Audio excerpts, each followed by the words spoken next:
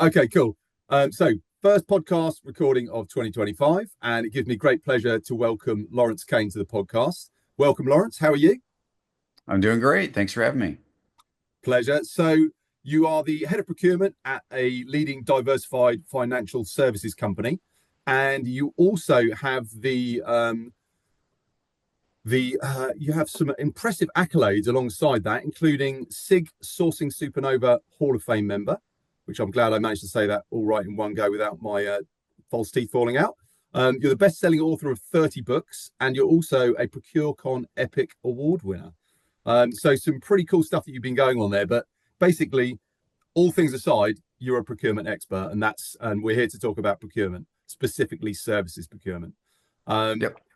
so yeah, thanks very much for joining me. The topics we're going to delve into today that I really want to kind of draw on your expertise and experience are basically all around services procurement, and that is the broader the broader definition of services, and actually looking at the evolution of services, which I know you've got some really interesting insights on, and then also looking at the kind of performance versus outcomes and that side of those services engagements. So some great stuff to delve into. But before we do, as I said, you've got some really interesting accolades. You've worked in some really interesting areas. Would you just be able to just give a little bit of background on what you've done in the industry and also within organizations, but also the stuff you've done externally with regards to authoring these books and what's led you to getting these awards and getting to this point in time? Sure. Sort of the short version is we all kind of have something that we're good at. And most people, it takes them a long time to figure it out. So in my case, I happen to have the kind of unique brain chemistry. I'm one of those people who can see the big picture and the details simultaneously. And that's about 3 to 5% of the population, depending which study you read. But it's actually about 18 and a half, almost 19% of people that go into procurement. Ooh. So, I kind of like to joke, say that, I was preordained to become a procurement person, but I didn't know it. So I started in aerospace and defense, and I did a lot of procurement adjacent things like auditing an overhead claim for compliance with FAR law, which is federal acquisition regulations in the United States. UK has something similar with MOD. And and then going on and doing some new airplane development programs where I was involved more from a support perspective, but negotiating big deal things like engines, which is a third of the cost of an airframe, roughly. Engines trying to sell.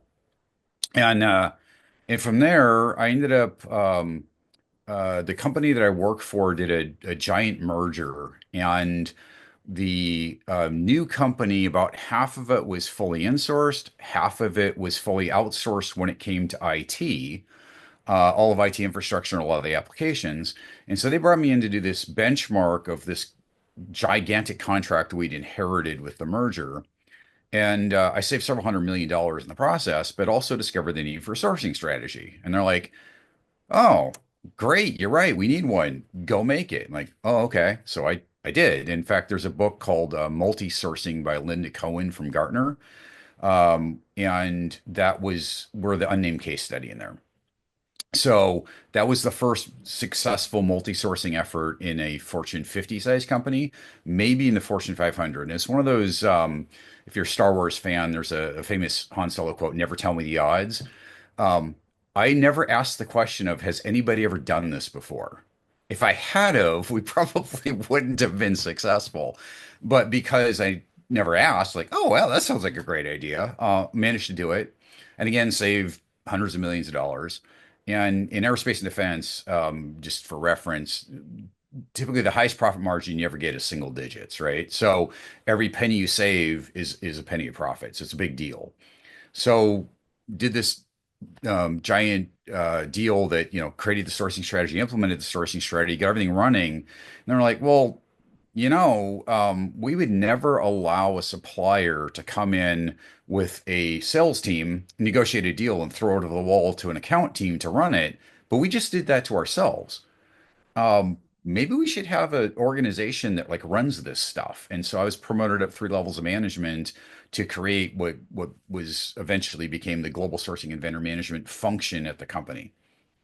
And did a bunch of best practice stuff, spoke at Gartner conferences and Forrester and SIG, IOP, ISM, whatever, ProcureCon, and just, had good experiences and like to learn from other people and share what I had. And people were like, oh, this guy's kind of a thought leader. And I ended up doing like, keynotes in front of 5,000 people kind of stuff. And eventually that led to the awards like the ProcureCon Epic Award, which is a lifetime achievement award for indirect procurement. The SIG Hall of Fame. There's IOP has something called the OPBOC, which is the Outsourcing Professional Body of Knowledge. It's what they do their certification against. And I wrote three of the 10 chapters of the OPBOC. I should probably say rewrote because it was I didn't do the original one, but I did the most recent one they have out. Um, Helped do several programs. There's SIG as a certification, certified sourcing professional, Yeah. and several others. I helped write those courses and work as faculty from time to time. In fact, that's where this little pin comes from.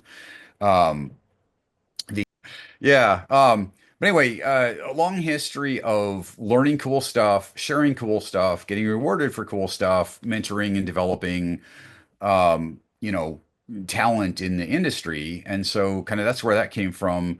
I'm also the co-author of the Contract Professional Playbook with Jeanette Neiden, who's a world-class contracts attorney.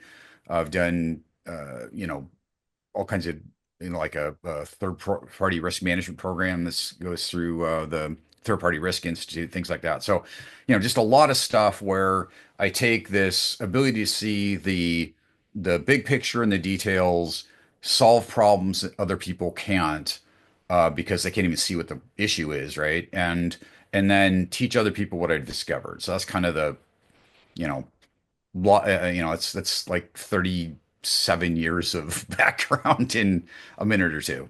Condensed. Yeah, no, that's a great background. And it was actually Jeanette who introduced us originally. Yeah. And yeah, obviously, I know she really enjoyed that process of working on that. But was it more than one book? She certainly she really enjoyed that whole process of co-authoring with you. Yeah, we did one book together and three courses. Right, So right, they're right. like, yeah, e-learning program kind of things. And I think at some point we'll probably do another book, but we're both too busy right now. By the way, in the intro, you said I'm the author of 30 books. I'm actually the author of 31, 30 Uh-huh. of which are published. The next one's coming out beginning of next month, I think. So. Brilliant. And what's the best way for people in the procurement function and in the industry to find out about it? Well, most of what I've written is actually not related to sourcing and procurement. Although I do have, co-wrote with Jeanette, I do have a leadership book I wrote, and so I've done some work relevant things, also some fiction, and most of it is nothing to do with what I do for the job. But if anybody wants to find the stuff I wrote, I am Lawrence Kane, the author, not Lawrence Kane, the Zodiac killer suspect. And so if you go, it's the same name, different middle initial. So if you go on Amazon, because like that's the source of everything in the world. It's Lawrence A. Kane, and just Google that or whatever you call Amazon's version of Googling something, and look at my author page, and you can find everything from there. That's the easiest way to find anything. Cool. Excellent stuff. So lots of different things you're involved with the authoring, with the kind of like fiction and stuff like that.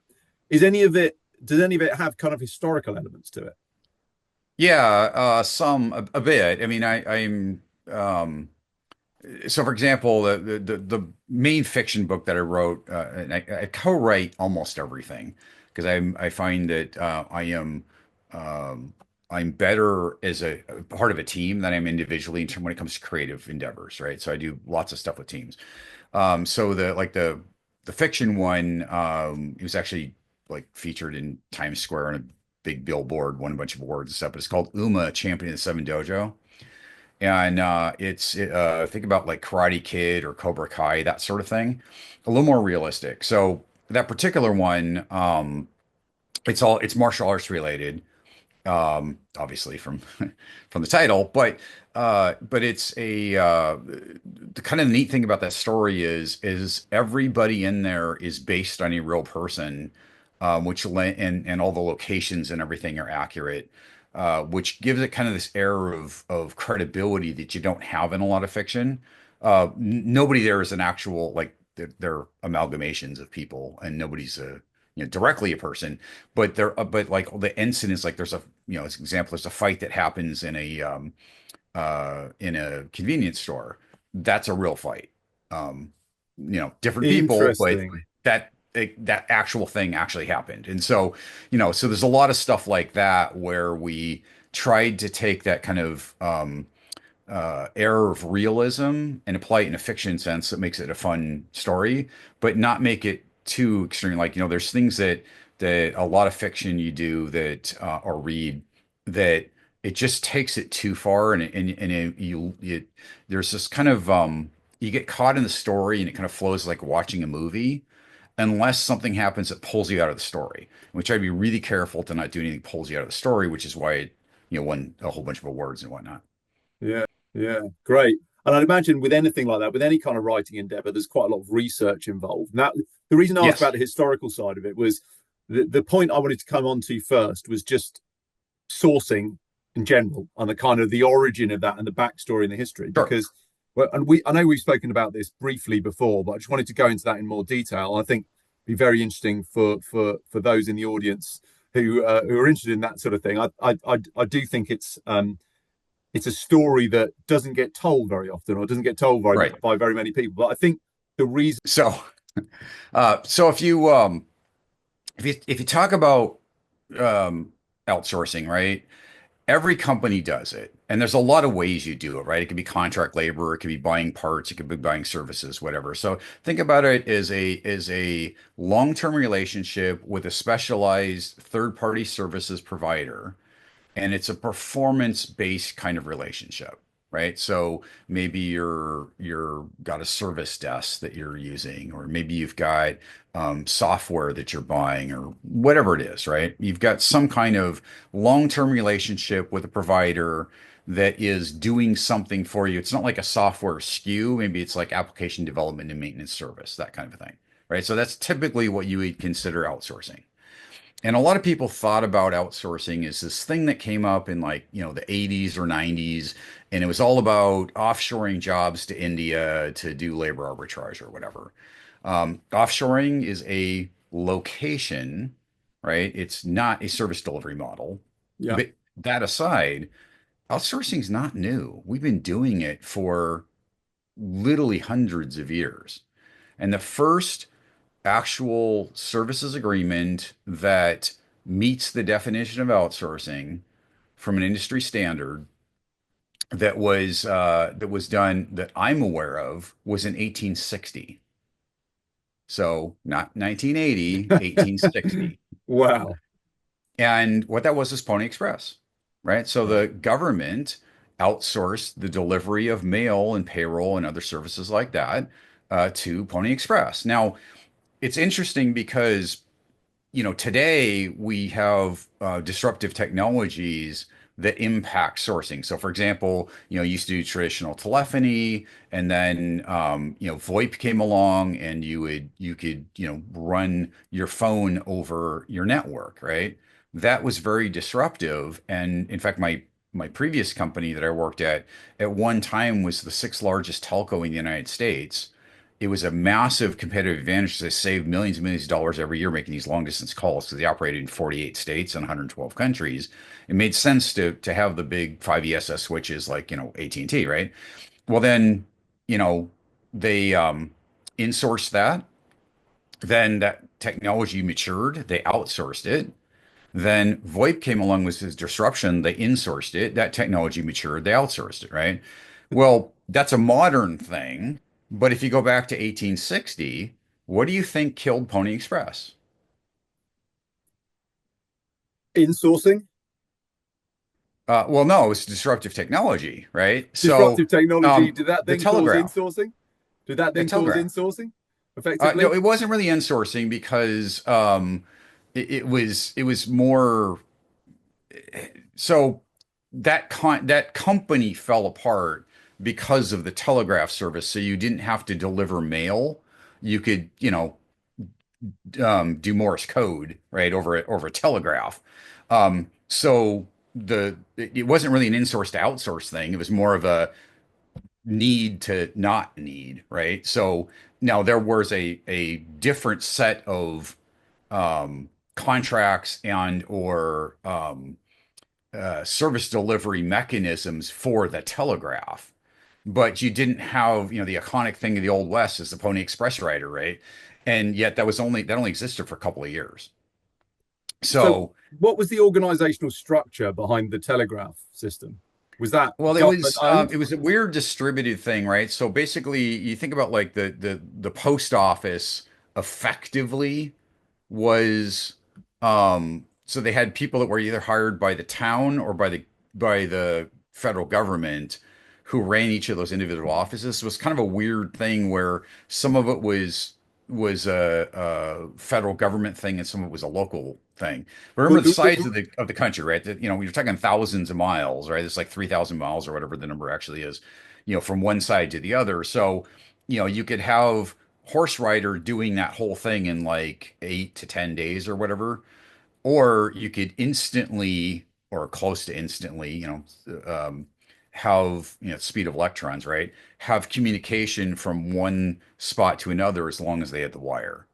So that's what happened was the disruptive technology kind of broke the company, and then it sort of devolved into this amalgam of different companies or individuals or whatever that ran that stuff. So Yeah, it was just a weird structure, but you went from a traditional outsourcing kind of agreement to something else. I don't know what you'd call it. yeah. It's a bit of a leap for me to call it insourcing, but I was just kind of following the loop that you'd said, which is basically Yeah. you get an outsourced situation, you get disruptive technology, it gets insourced, and then eventually it matures and then gets outsourced, and then you get more disruptive technology. So I think it's an Right. interesting pattern.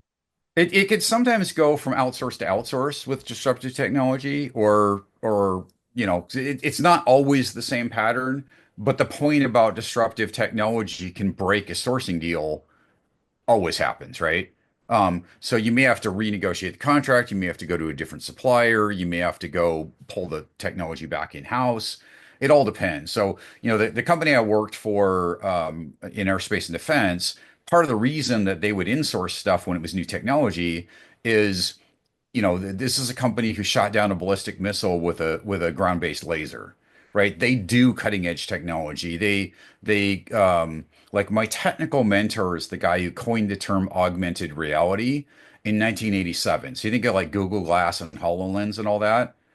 Um, yeah, that's quaint, right? These guys literally invented the term augmented reality and had technology in the hands of the warfighter in 1989. So, when you have that level of engineering acumen and these just super genius people, you don't have to necessarily buy stuff from people. If you're a normal company and, AI comes along, right? You're not going to build your own AI, maybe.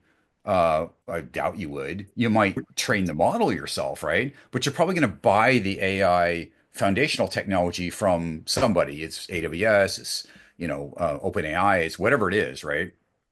Somebody's going to host that for you.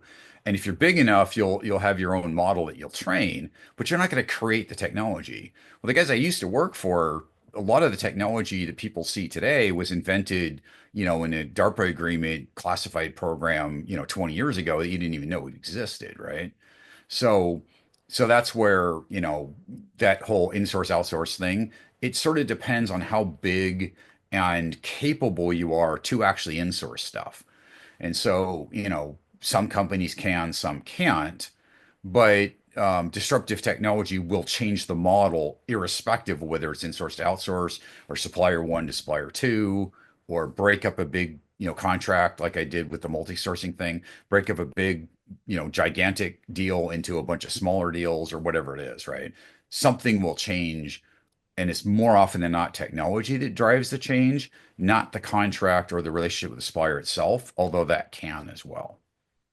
And so when you talk about the Pony Express being that first example, what do you see as how does that lead into the modern world we deal with now, where outsourcing is such a common thing, and you get these cycles of disruptive technology, insourcing, pushing to outsourcing, and maybe cycles like that, or like you say, the different paths. How that's a great first example, and that's from a very long time ago.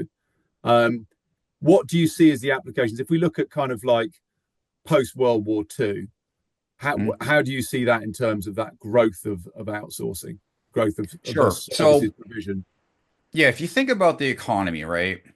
The economy grows and you get innovation when you specialize. So like you go, agrarian society, right? You might have ran your farm, did your hunting, fishing, whatever. Occasionally you'd go, Pony Express days, right? You'd go into town for the things you couldn't do yourself. And so you'd always buy stuff, but it was small stuff. You buy cloth, but you make your own clothes with it. You buy the sewing machine to make it with, right? Whatever. Well, as you get more technological and you get more specialized, then you find that there's things you're good at, your core competencies, and I'm referring to you as a company now, not as an individual. And there's things that you're just not good at. So they call it context, typically. So the core things you need to do that gives you a business advantage in selling your products and services, whatever it is that you do as a company. The context stuff, somebody else is better at it. So, for example, you know. Again, my previous company, way back in ancient history, we used to buy PCs. Well, actually, back up. I'll go even farther back. So pre-merger, if you were an engineer, you could have a pile of parts delivered to your desk, and you can make a custom designed PC just for you, whatever you wanted, which is very customer centric but completely unsustainable, I right? bet they Because loved they're all it though. different. Oh, they loved it. Yeah, they absolutely loved it. And they were engineers, right? So they like to Yeah. do this. The problem was that wasn't good use of people's time. And if something broke, they were all different. You couldn't fix it.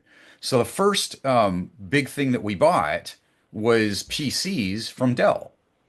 Well, over time, um, one of the guys that worked for me was in a QBR or a quarterly business review, and happened to have a hallway conversation with Michael Dell and said, "So what do you guys want to be when you grow up as a company?" And he went, "Well, I want to be IBM."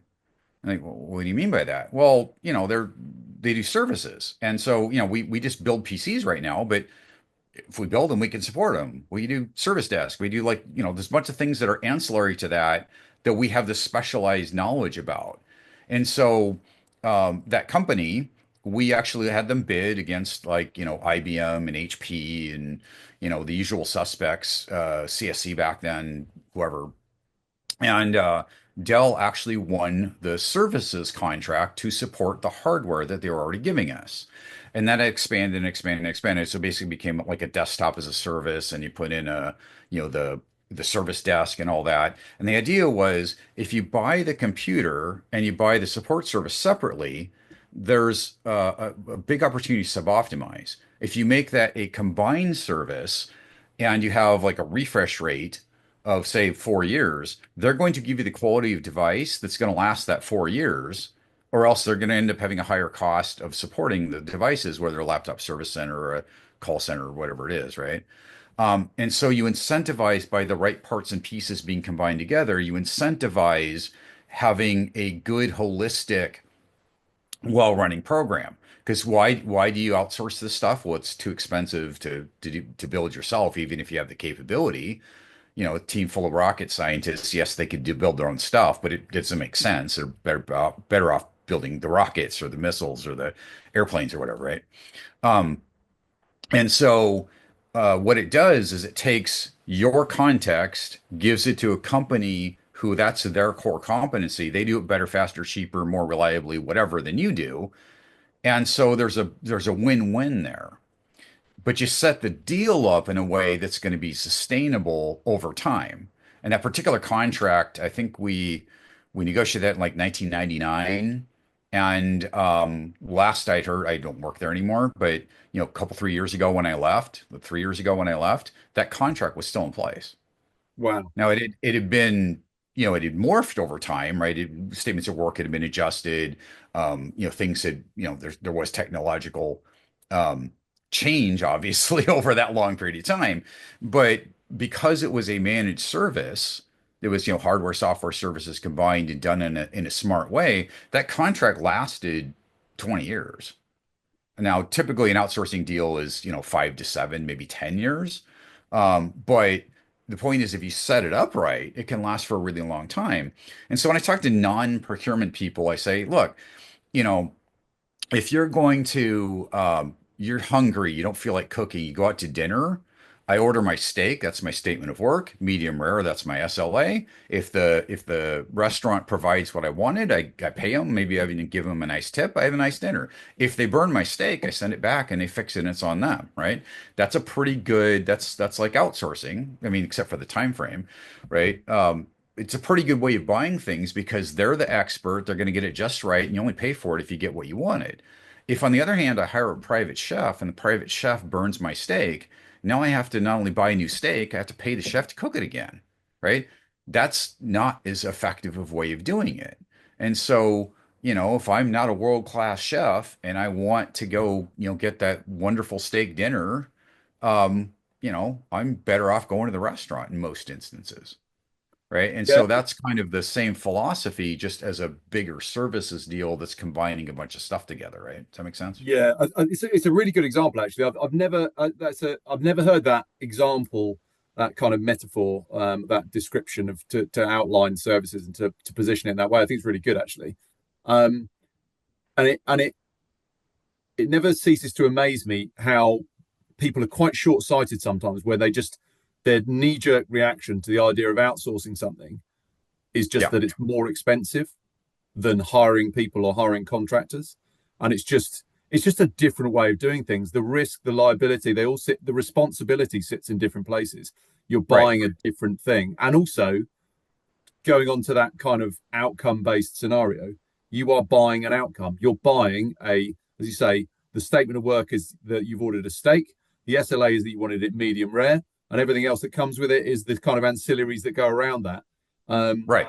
but you are guaranteed that. Whereas actually, the other side of it is, if someone says to you, "Yeah, I'm gonna cook you a steak," and they take 3 days to do it, and you've hired them as a contractor, they take 3 days to do it. That's probably less effective. But Right. it's You're paying for effort. Right. If you hire a contractor, you're paying for effort.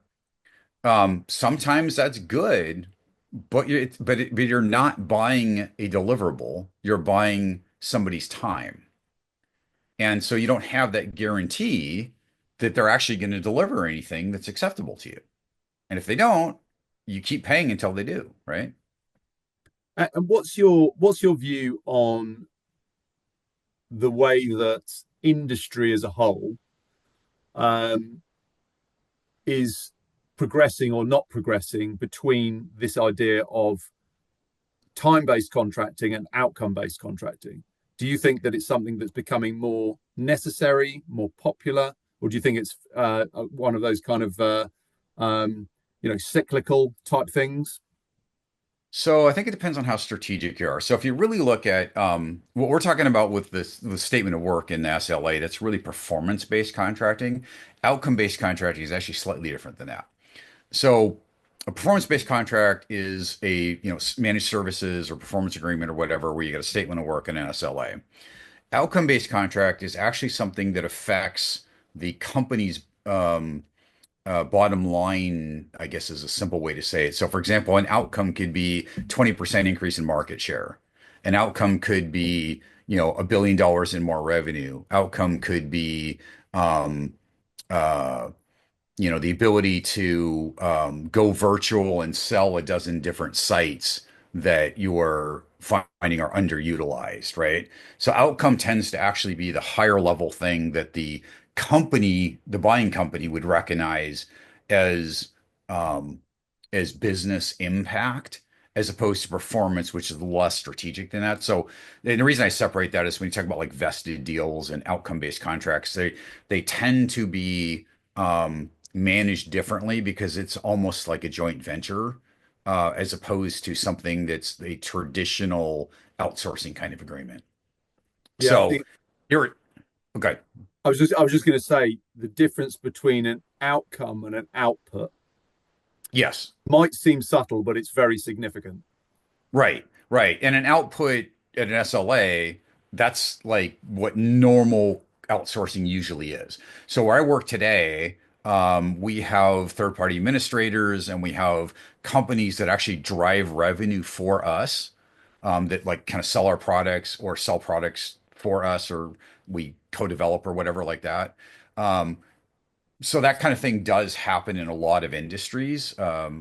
But largely, most companies are just buying stuff, right? It's performance-based contract, or they're buying an output of some kind.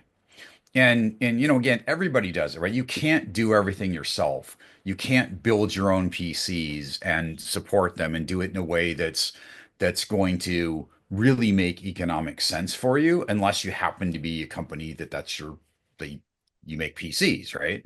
And I use Dell as the example, but there's a ton of them. So the point is, everybody buys stuff. A lot of that's technology, like your network or your telephony or your mobile phones, or whatever that is, your applications. And so really, when you look at the evolution and what are you doing, it all gets down to, what is your business model? What is it that you deliver? If you're a manufacturing company, it might be different than if you're financial services, or if you're construction, or like whatever your company is. That's going to change the model of what you buy and what you do yourself. But it all gets down to, what is it that gives you that advantage in the marketplace, your core process knowledge that turns into something that's an outcome for your corporation or your company, right? Versus the things that are, I'll call them non-value but necessary. And the reason I say non-value but necessary is because an end customer isn't willing to pay for it. So, for example, I go buy a car, and if you're going to design and build a car, you need a bunch of software, you need a bunch of engineering, you need a bunch of modeling, you need safety tests, there's a bunch of stuff that use technology to design and build, like a program lifecycle management software, ERP software, all these things that you do to design the car, to get the parts, to run your factory, right? I am not going to pay extra for my, Honda Accord because Honda happens to have a better ERP system than Toyota, right? I don't care. It's necessary. If you don't have an ERP system, you can't manufacture stuff because you don't know where the heck your parts are, right? Or even what your parts are. But I don't care, as a customer of the car, whether your ERP system is, whatever, Oracle or SAP, or like, who cares, right? All I care about is, does the car have all the parts in it that I need, or does it work, and is it fun to drive and whatever, right? So that's what I mean by non-value added but necessary, because from a customer perspective, it's not adding value, but it's absolutely necessary to deliver the product or service that I want to buy that does add value. And so the smart companies will take all that non-value added but necessary stuff that they can find a better economic kind of deal, that assures business continuity and service delivery and all those things, quality, cost, service delivery, et cetera, from a kind of a TCO perspective. They'll take that stuff and they'll find a supplier or a supplier ecosystem to deliver it for them, so they can focus on the stuff that their customers actually care about, which is, a cool design car that gets certain fuel economy, that's fun to drive, this whatever, right? Yeah, I think that's a really poignant it's a poignant point to bring up. That focus on what you're good at, play to your strengths, but focus as a business is so Yeah. important at every You at can't every be good step. at everything. It's just not possible anymore. That's why I said, earlier, specialization is what leads to innovation. So you're going to be really good at something that differentiates you in the marketplace. Don't let anybody else do that for you, or you're going to undermine the value of your company, right? Um, but if you take all the stuff that you're not so good at, somebody else is good at, and you do it right, and you've got the maturity to manage those contracts correctly, you can build a supplier ecosystem that's a competitive advantage that makes you more, desirable in the marketplace from a customer perspective. Yeah, and it's also building that services supply chain to expand your organization's capacity and capability Right. beyond the core staff that are employed by that organization. And just the Mhm. levels of flexibility that can be leveraged from that are, Right. can be hugely advantageous when it's done correctly. And that's why I always think to myself, with services procurement, I always feel like it's the biggest thing that isn't a thing in procurement. in Yeah. the sense that the world doesn't really think in terms of, or most of the procurement world doesn't think in terms of, this is how we buy goods and materials, and this is how we buy services, and they're different things. It's categories, right? But I always think to myself, the procurement professionals that can make buying essential services, these critical services that the business needs, if they can make it easier, faster, and more compliant for their people within their organization, they're going to be a hero, because that is going to Yeah. have a significant impact on how that business performs and how it competes in the market. Yeah, absolutely. And you look at the again, it kind of depends on what sort of business you're in, but the most, if you look at the Fortune 500 companies, all of them have some kind of strategic procurement, global sourcing, vendor management type functions, right? They may not call it that. They don't all have supply chain because some of them aren't manufacturers, right? Yeah. But they all have a group that runs those contracts that they need to stay in business. In fact, there was a study I read a few years ago. I'm probably going to get the exact percentage wrong, but I think it was something like if a startup company begins with a CPO or equivalent, head of procurement, they had a 43% better chance of still being in business 5 years later. Wow. And again, I that's directionally correct. I may be misremembering the exact number, but 43.6 in my head.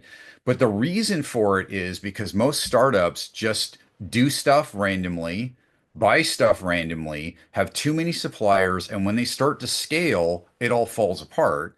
And then they bring in a procurement professional who goes and fixes all of it. And so you've wasted a bunch of time and money. And one of the benefits of a startup is agility. And if you set yourself up so you can scale quickly and you've got the right model, you have a better chance of success because you're not growing on a scalable supplier ecosystem as opposed to a bunch of kludge of contracts and whatnot that don't work together holistically. So instead of a 1 + 1 + 1 = 3 or 5 or 27 because you're not multiplying, you get 1 + 1 + 1 = -6, right? And that's no good. So you got to go back and reset everything. And there's a cost to changing these contracts. And sometimes, especially when you've got people who don't understand our business, you can end up with contracts that are auto renewing or that there's a Oh yeah. massive termination fee or, you could, I mean, there's just so many downsides to not having a well designed set of contracts in a supplier ecosystem that actually interoperates effectively that people don't even think about. And so, you get these little companies that have, hosting with Azure, Google, and AWS.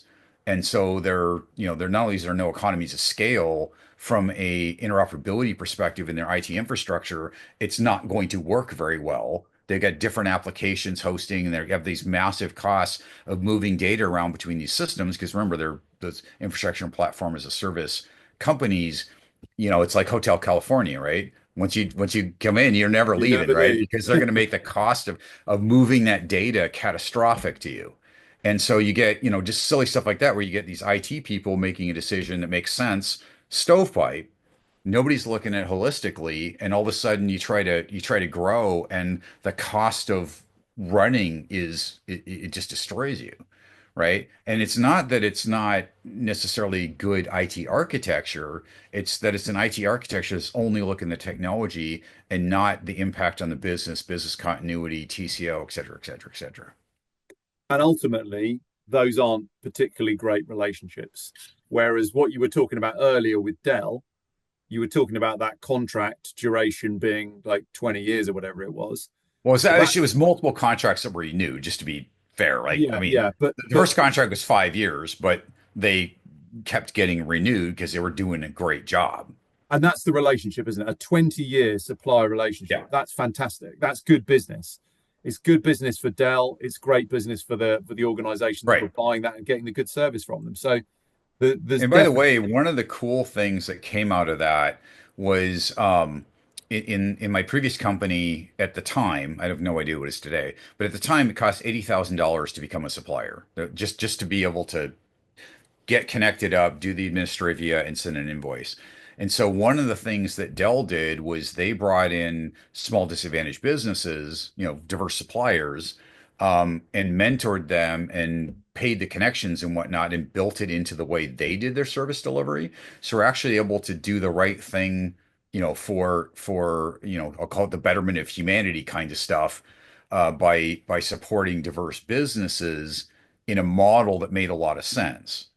And so, you know, the ability for these small businesses to sell to this gigantic, I think we're like a Fortune 20 company at the time when that first started, they couldn't do it, but they could through this strategic supplier who leaned in and stepped up and did the right thing. And it turned out, again, it's a 1 + 1 = 5 sort of thing, right? You're really compounding the benefit. So that's another reason why some of these, if you have a really good sourcing relationship, it's not necessarily just your supplier, it's their supplier ecosystem too. And they can sometimes do things that can really, benefit you. And in the case of aerospace and defense, not only is it, doing the right thing to use diverse suppliers, but you get SDB credits when you're bidding on government work. And so it actually helps you earn revenue. So there's a win-win-win-win-win thing going on there, right? 100%. I've absolutely seen that in practice, just in terms of facilitating, even just like, small SME businesses or diverse businesses or whatever it is, facilitating that into the supply chain. You get those aggregated benefits, particularly around things like government contracts.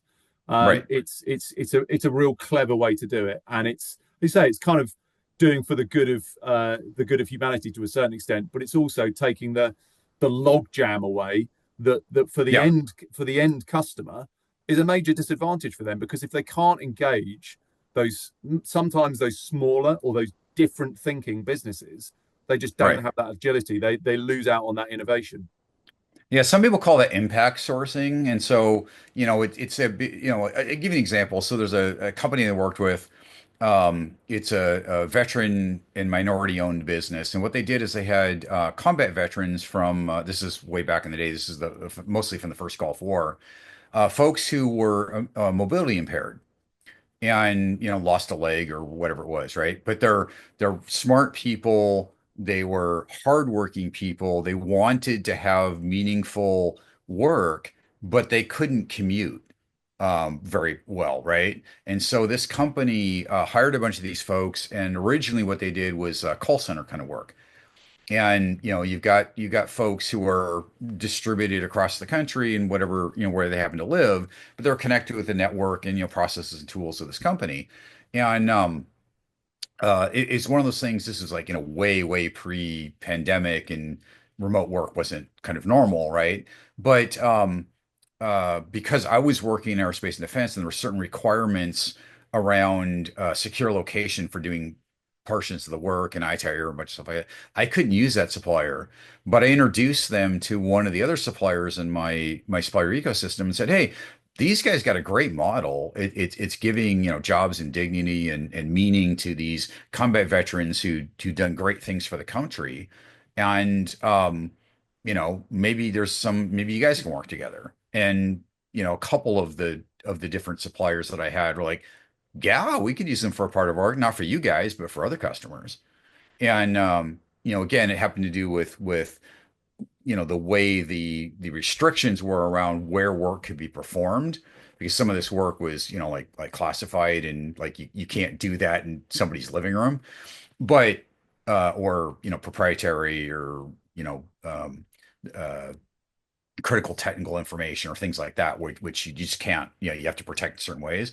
But other companies that didn't do that sort of stuff, or that didn't have the need for that kind of stuff, and you could be more flexible, they were able to do it. So, there's a lot of creative problem solving that can go with that as well, if you have a good relationship with your supplier ecosystem. Plus, they can also bring to you like, hey, you guys are doing this thing. And like the world's moved on. We don't do it that way anymore for most of our other clients. Maybe you should consider, a change that's actually going to be beneficial for you. Right. And going back to that whole, technology changing so quickly nowadays, and, well, business models change. There's a lot of things that change. Right. And so, the ability to have those really long-term contracts, which, again, to be clear, was multiple short contracts but renewals, um, and earn the work.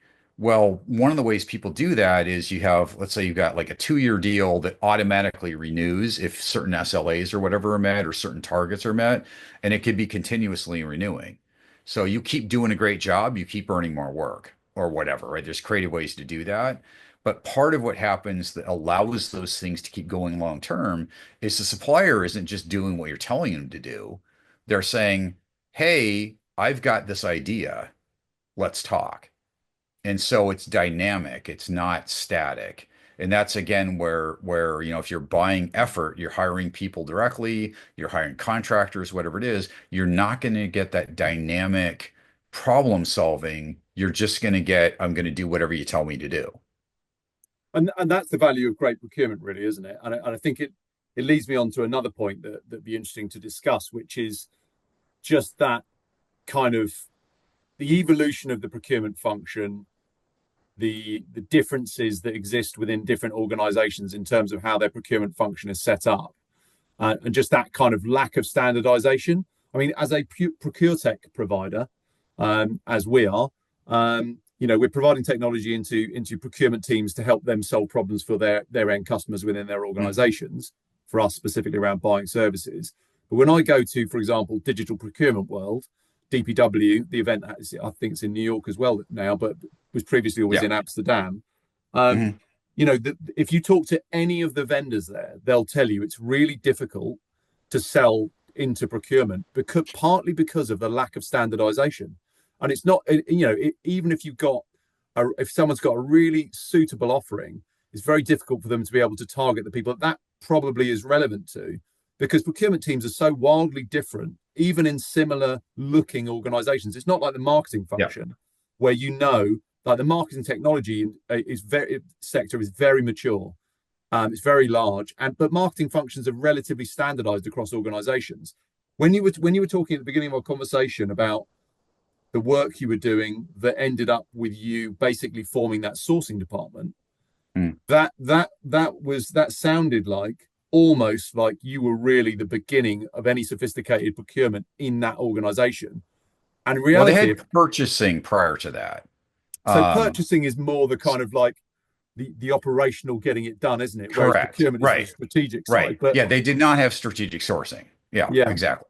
so Um, that but that's not that long ago. well, that was a while ago. But Um, even if it's but 20, even if it's 20 years ago, yeah, 25 years ago, something like that. What I'm right. kind of driving at is that I still think there's a ways to go for procurement as a function to really Agree. kind Yeah, of I agree. Yeah. evolve to the level that some other functions are. And I think that's Right. not a bad thing. That's a really exciting thing. Well, it is, but I think there's a couple of foundational challenges, right? So procurement typically doesn't have money for, technology, right? It's kind of like the Culver's kids have no shoes sort of thing. So a really strategic procurement department will do things like, they will take some of the cost savings they generate and repurpose it back to being able to invest in what's needed to move up the value chain, right? Because you can only go so far with people and process, and then you have to start adding on tools and data, or you just can't do it. So, for example, in my team last year, I implemented a contract lifecycle management system. If you look at most capability maturity models, um, if it's a 5-stage model to get past stage 3, if it's a 4-stage model to get past stage 2, you have to have a CLM system. Most Fortune 500 companies, well, yeah, I would say less than half of the Fortune 500 companies actually have one that's efficiently being utilized. I mean, like, to institutionalize contract playbooks and things like that, right? So it's not that folks don't have them or that it's not a capability, but not everybody does. And that's something that's just foundational to being to really moving up the value chain and doing the best you can as a strategic procurement team for your enterprise. And that's just one of many tools, right? My point is that it's hard to get the tools, and the people who do it strategically. Like the business case I built when I went to the CFO was, the response was, well, there's no such thing as a no-brainer business case, but this is about as close as I've seen, right? And so I was able to get a bunch of money from other people because we didn't add money to the organization. We just took it from other priorities and gave it to me. So, if you're strategic, if you can, talk like a business person, if you can, really sell internally, you can get those investments. So, in a lot of ways, it's not even the structure of the team or what their charter is, it's who's leading it and do they have efficient, effective relationships with the people that have the money, right? Because your budget in IT is always going to have budget to go play with and test new technologies and buy more stuff, right? At least in most companies.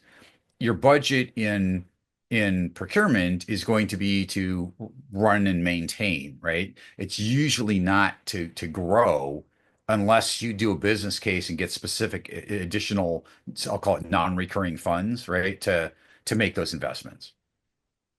Yeah. I mean, it's when you look at the structure of procurement teams, and you look at the way that, for example, procurement qualifications, how where Mhm. they come from and how they're standardized or not, and how they're managed. What do you see as? Do you have any particular views on the evolution of procurement as a function, and do you think it will become Sure. more standardized? Because Um, just add some context to that. Sometimes you'll see stuff that you might assume sits within procurement, but it sits within operations, or right. it sits in a completely different area. Whereas I feel like the relevance and importance of procurement is being more recognized now. But I don't really have enough. Personally, I don't have enough Yeah. knowledge to see where that's going to go to. Yeah, so yeah, so I have a network of about 67 or something like that, either CPOs, heads of procurement, equivalent kind of folks, right? So I talk to a lot of fairly senior people. And the impression I get is that after the pandemic or during the pandemic, folks finally in the C-suite finally realized that we don't just buy stuff, right? That there's actually this foundational skill set that's needed and that's enterprise enabling. But not every organization is structured in a way that leverages that. So what I mean is CPOs oftentimes are not a member of the C-suite. They actually report to a CFO or a COO or whatever, right? Um, and it's different between direct and indirect. So direct, meaning like manufacturing kind of stuff. You're buying parts or whatever that go onto a product that you sell versus indirect being, things like IT and marketing and finance and HR and stuff like that. Even if you're a finance company, like I am, a lot of um, a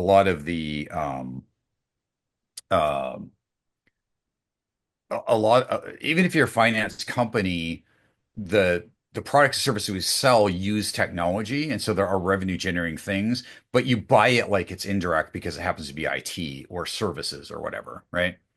So on the um, direct side, typically their supply chain organization is really worried about parts and services, or parts, I should say, and assemblies and components and stuff like that, being a certain place at a certain time with certain quality, right? So it's a very kind of old school,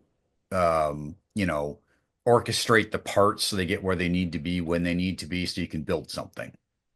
The more strategic they are in that area is a little different than when you're talking sort of the indirect side.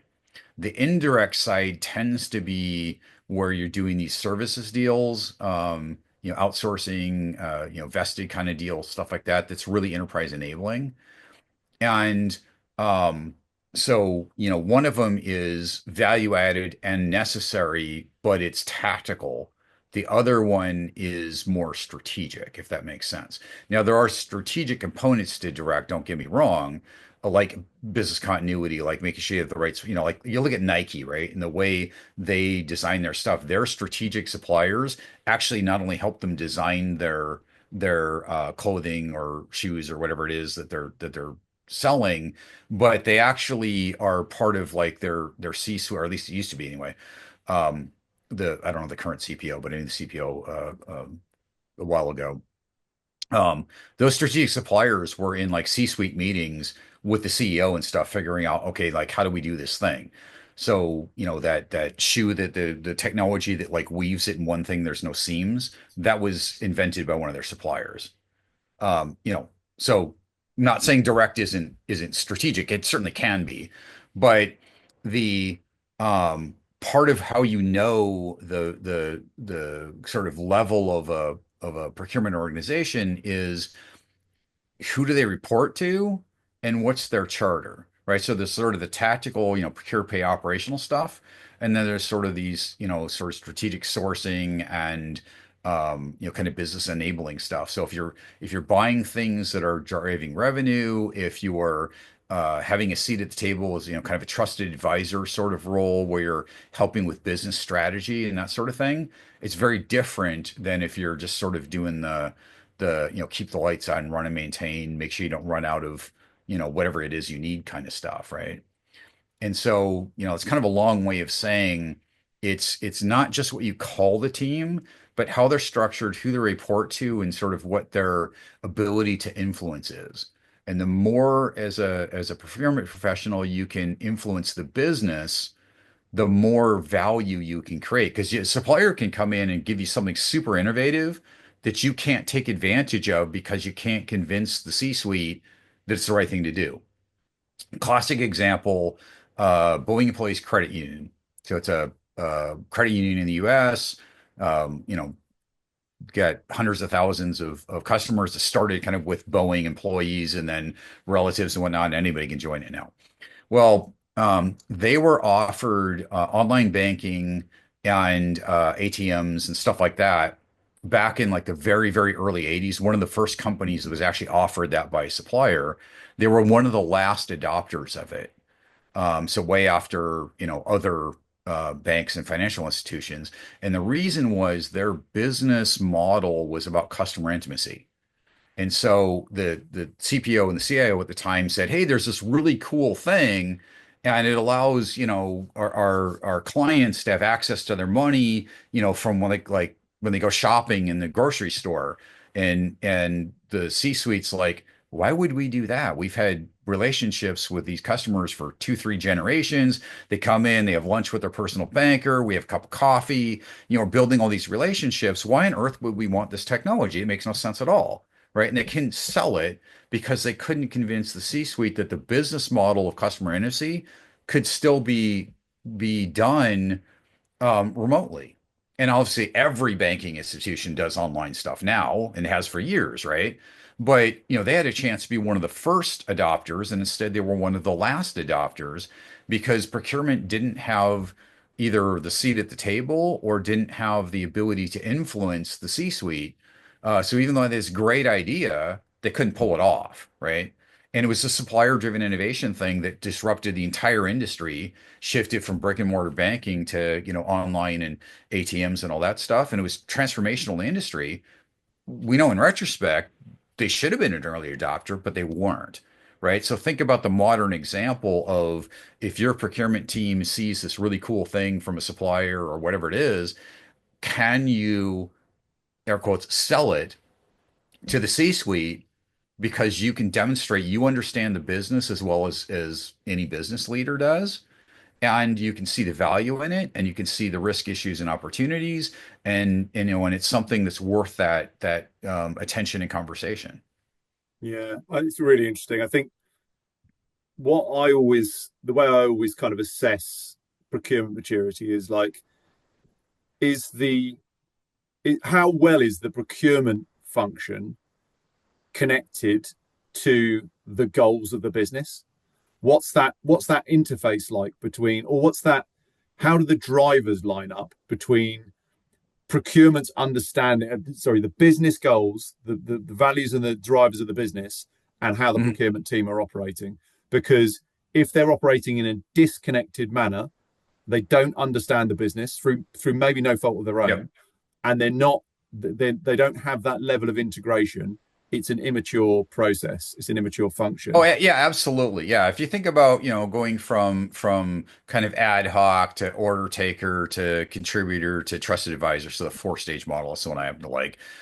You can't be a trusted advisor if you not only don't, you have to have procurement functional excellence, people, process, tools, data, right, technology. You have to have that, but you also have to have a relationship with the C-suite and an understanding of how the company makes money and the ability to, I mean, for example, when I was in aerospace and defense, I've been to work in a process systems division for a while, which is the engine, strut, nacelle, APU. It's like I said, it's about a third of the cost of the airplane. Important stuff, right? And so customers, like actual airline executives, would come in and they get a tour of the factory that would show, hey, here's your engine, blah blah blah, right? That was normally done by an engineering operations person, or somebody that was sort of factory, an engineer that worked with the factory. Um, and when they couldn't find somebody, though, they got me because I happen to know every single part, where it came from, what it costs, um, you know, what it did, all this stuff. Like I wasn't an engineer, I wasn't a mechanic, but by having this procurement role, I knew all the parts and pieces and what they were and what they cost and where they came from and how they worked and all that stuff, right? And I could go in and do those factory tours with, like I did one for the head of or the he was the head, um what was his title? I can't remember the title. I think he was the chief operations or something like that for Japan Airlines. So, I gave a tour like, here's your engines and it's for this, and blah blah blah, and through the translator and everything. It was really cool. It was a neat experience. But the reason is because I actually understood the business, because I thought it was like, it's my job. If I'm going to go, do this stuff, and I happen to be in a finance role working with the purchasing people so I wasn't the guy buying it. And we didn't have strategic sourcing or procurement at that time. It was really, really a long time ago. But I was part of like negotiating those engine programs or engine contracts and whatnot, right? Um, and I just felt like I have to know what all of this stuff is in order to do my job well. And because of that, one of the things I got to do is go take, customer executives through the factory and show off their stuff while it was being built. And I wasn't really thinking of it as, kind of being a trusted advisor or whatever. The term hadn't really, I hadn't heard that term at the time, but that's kind of what I was doing, right? So even though I wasn't really in charge, it was a lower level role at the time. I was able to do things that other people couldn't because I just really did my homework. Well, if you extend that when you are more in charge, that doing the homework, understanding the business model, all that, and having that same kind of relationship thing, now you can go to the business and go, hey, I've got this cool idea. And you might not be running a P&L, but you can influence a P&L, right? Yeah, and it's also it's an interesting side of procurement that I quite often see pop up, particularly in quite sophisticated procurement organizations, which is the idea that procurement aren't that they're kind of helping the business make money as well. Whether it's getting involved in bids and looking at supply chain capabilities when they're going Mhm. into bids, which obviously is a hugely important thing in areas like aerospace and defense, or actually just understanding the business enough to be Yeah. able to, whether it's passing on insights from suppliers that you're working with or seeing what's going on elsewhere in the market or whatever, but to help the sales side of the business, which I find really fascinating. Right. But it Yeah, leads and me on that's to something that's huge because, we're experts in buying stuff. Buying and selling are not the same. But we do understand things that can help our teams that are on the sales side. And oftentimes, that connection isn't there, right? The salespeople don't really talk to procurement and vice versa. And you're absolutely right. We should, because there's a lot of synergy there. And again, it's kind of that 1 + 1 = 3 thing. yeah, yeah. So it brings me on to another point, which is um, the whole cost cost driver, cost versus risk versus efficiency versus business. Ultimately, someone said to me recently, what procurement should be trying to do is drive business value. And that has many Yeah. different facets. But for a lot of organizations, particularly when they're less mature, it's just there's a very binary measurement of cost saving, particularly Yep. at the point of up to the point of contract, and then it kind of goes away. Why do you think there seems to be variation depending on this type of categories that you're dealing with? And it's something that you termed to me in the past as, well, Johnny, it depends whether they're business enabling or not. Yeah. What's your view on that kind of variation in terms of the importance, the perceived importance of cost within different categories? Yeah, so it's absolutely critical that what gets measured gets done, right? And you have to align procurement metrics with the right thing for the company. So some projects, it's access to capability or speed to market or whatever. Like I think it's a revenue generating, thing we're buying or whatever. Um, if I am negotiating the best possible cost for a revenue generating thing and it takes me 3 months longer to get done, I've lost 3 months of revenue. That's Yeah, stupid, right? yeah, So every one of the things I like to do is you have a list of 5 to 10 success criteria depending on what you're doing and how complicated it is. And you work with a business partner, you say, okay, what are the priorities? Tell me the priority of this. Sometimes cost savings is a big deal. Um, you know, and that's what you need. I mean, again, aerospace and defense, single digit profit margins typically, cost really matters, right? But it might not be the only thing. It could be quality, it could be, service, it could be access to capability, it could be speed to market, whatever. If you know what success looks like, then you can be aligned and you can get the right outcome. Otherwise, I can negotiate an awesome contract that exactly does not solve your unmet business need and harm the company and my career and you as my business partner and whatever, right? So so you got to know what success looks like, and it's not going to be the same for everything that you do. There will always be commodity stuff that cost is a big deal.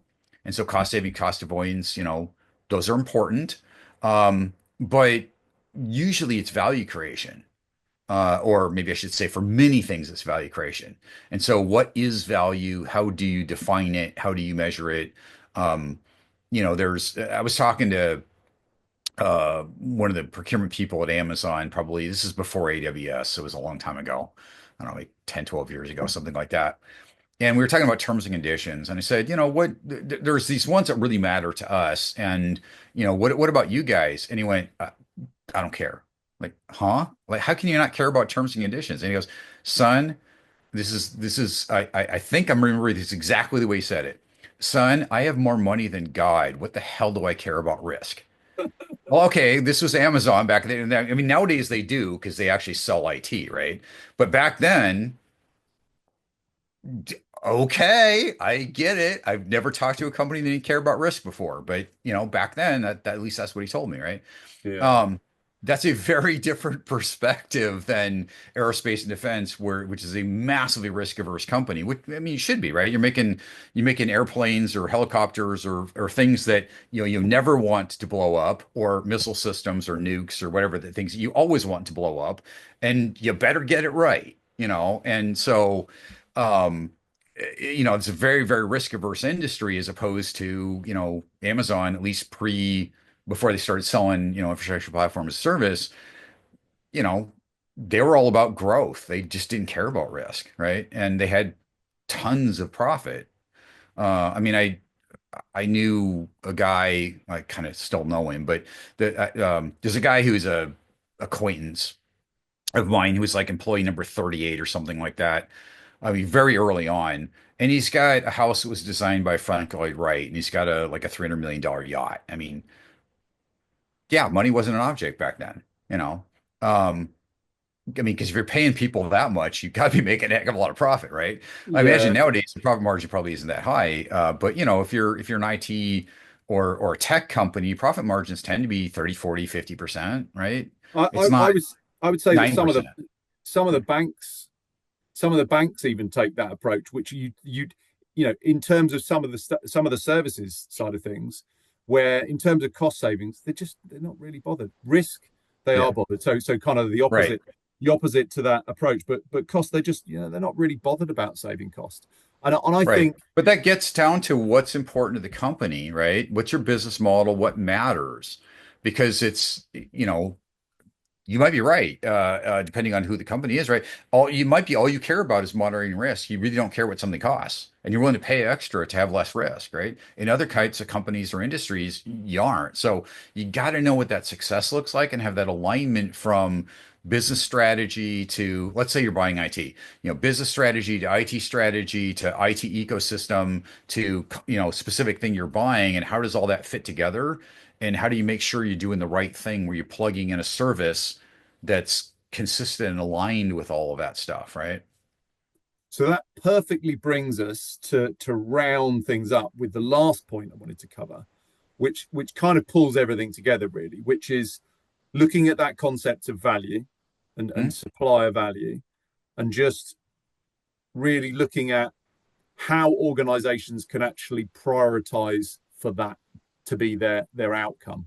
What's your view on that in terms of the steps they can take, the things and people and processes and technology that needs to be in place to actually prioritize getting the best possible value from their suppliers? Sure. So, part of that, so if you look at like people process stuff, right? Um, you either need to be a requirement of people to actually go to procurement, or you have to be so good at your job that they want to, right? Because if you don't have that, you don't have anything. But then you have to have people who are capable, like you can be a trusted advisor and have a seat at the table, but you have nothing intelligent to say. You're not gonna have very many conversations, right? It's gonna, it's gonna stop pretty quick. So you got to have the process and alignment to the business so that you can have the right conversations and the people who have the knowledge, skill, and ability to have them. You also need to have tools and data so that you can make informed recommendations or decisions. Because, if you have, for example, really bad spend analytics and you don't have good category plans because you can't get the data, well, you can guess about stuff, but you're not going to be right because you don't have the information needed to make it happen, Right. right? So you got to have that people process tools data, alignment to the business, and understand. Like you don't necessarily have to, like the example before when I was doing, building engines, right? I'm not a mechanic. I'm not an engineer. I couldn't, you put me down there and, hand me a set of tools and say, build this engine. Yeah, that's not going to happen. Or you're not going to want to buy it if I'm the guy that built it, right? But I understood it. And so you Yeah. don't necessarily have to do the work, but you have to understand the work. You have to understand the business model. You have to understand how does your company differentiate itself, make money, et cetera, and how does your supplier ecosystem enable that? And make sure, going back to that whole core context thing, right? Make sure you're only buying the stuff that you should buy. A lot of companies let their core process knowledge drift off into their suppliers. And all of a sudden, like, well, now how, because now you're starting to make a short-sighted decision. And how do you maintain your competitive advantage if a supplier who could either be terminated tomorrow or quit or go out of business or whatever owns stuff that you need to be successful. So make sure you're outsourcing the right things and insourcing the right things. You're doing it a strategic way that furthers the business goals and objectives of the enterprise, that you've got the relationships with the decision makers, and you've got the data to be able to provide good business cases and other enabling I'll call it artifacts to have those conversations, right? Because you can't just go wave your arms. You You've have to got to have data evidence it. behind it. You've got to evidence it 100%. Yeah, evidence. And I love that term. Yeah, exactly. Yeah. And do you know what? That's a nice point to come to a kind of conclusion on, in the sense that what that really comes back to, well, to a certain extent, what it comes back to is one of the things you said at the beginning, which is when you were talking about outsourcing and the growth of outsourcing, focus on what you're good at. Don't Yeah. let, yeah, leverage the benefits in those areas where it makes most sense. Don't try and compete with the things that you're good at doing internally, or like you say, let that knowledge slip out of the company. But there's no point in trying to spin your wheels doing things that are not the most effective use of your time. Yeah, I totally agree. And part of that is the what, not the how, right? Because the technology will keep changing as we talked about earlier. So the how you do stuff's probably going to evolve fairly frequently, maybe even very, very rapidly. Like you're looking at AI, Gen AI, things like that. Um, the what you do still matters, right? So, you can have AI doing something for you as an example, but if you don't know enough to validate that it's doing it correctly, you're in a lot of Yeah, trouble, right? So it's not just hallucinations that are a problem. It's you get an answer that you're certain of because the machine told you that is precisely incorrect. And that happens all the time. And so you have to have the expertise to be a good buyer of services when you're in procurement. You also have to have the expertise to be a good user of whatever it is that you've bought. In this case, would be in IT, probably not, or if it's an actuarial model in finance or whatever, right? Not necessarily procurement people doing that, but the point is, if you go, oh, I no longer need to do this thing, I'm just going to have IT do it for me. It's like, Warren, but wait a minute, how do you know if it's wrong? Right. And there's regulation too. I mean, I work for an insurance company. You can't make a claim decision with AI without a human involved in the loop. It's illegal, at least in the United States. So there's a lot of complexity to this stuff, and we in procurement can really add a lot of value simply by drawing the dots for folks and saying, "Hey, I can buy this stuff for you, great, but here's some things you need to think about and remediate or retain in order to be able to be a good steward of whatever this thing is that I just bought for you." And it's kind of you go back in time to caveman and give them a lighter. Okay, well, fire's easier now, but let's like teach how and where to build the fire or something bad's going to happen, right? Yeah, absolutely. Brilliant stuff. Well, listen, thank you so much, Lawrence. I really appreciate it. There's some great insights in there. And I think tied in with what you're saying about that approach of understanding what you're buying and linking it into business value is this concept of procurement being effectively connected up with the strategic objectives of the business. So yeah, I think that all comes together really nicely. And I've really enjoyed our chat. I will definitely be looking you up on Amazon and checking out your work in that area on the authoring side. Um, Thanks. and one thing I'd also say to other people is you do sometimes get involved on the LinkedIn side. I've noticed from Yeah. time to time. So obviously people can find you there as well. But yeah, I Yeah, really absolutely. Yeah. appreciate. If you want to connect on LinkedIn, feel free to reach out. If you're interested in the books, like I said, Amazon, I mean, the one that's most directly relevant to our conversation is Contract Professionals Playbook, which I will say it's kind of like a law textbook. So it's not the fun, exciting story. Those of us in procurement will find a ton of value in it. If you've got friends who are, say, in marketing and they're having trouble sleeping, it would be great to put them to sleep. But for us, it's actually useful stuff. Well, do you know what? I'd say that, the combination of you and Jeanette, you could bring that sort of thing to life really well. And I noticed that is mentioned on your LinkedIn profile, so people can get an idea of it there. But yeah, it's Yeah. been really interesting chat. Thanks Thank very you. much for joining me. And yeah, I think there's some interesting points there to ponder. Thank you. Thanks, Johnny. Always appreciate the opportunity to talk about this stuff. As you can tell, I love sourcing and procurement. It's for us who are in the business, it's awesome, and it's something that we really can make a big difference for the organizations we work for if we do it right. Yeah, and it's brilliant to get the message out there. And I think there needs to be more dialogue and more openness. And I appreciate the way that you approach that, because I think it's really useful for other people to be able to hear those insights and take advantage of the experience and knowledge that people like you have got. So yeah, very much appreciated. Thank you very much.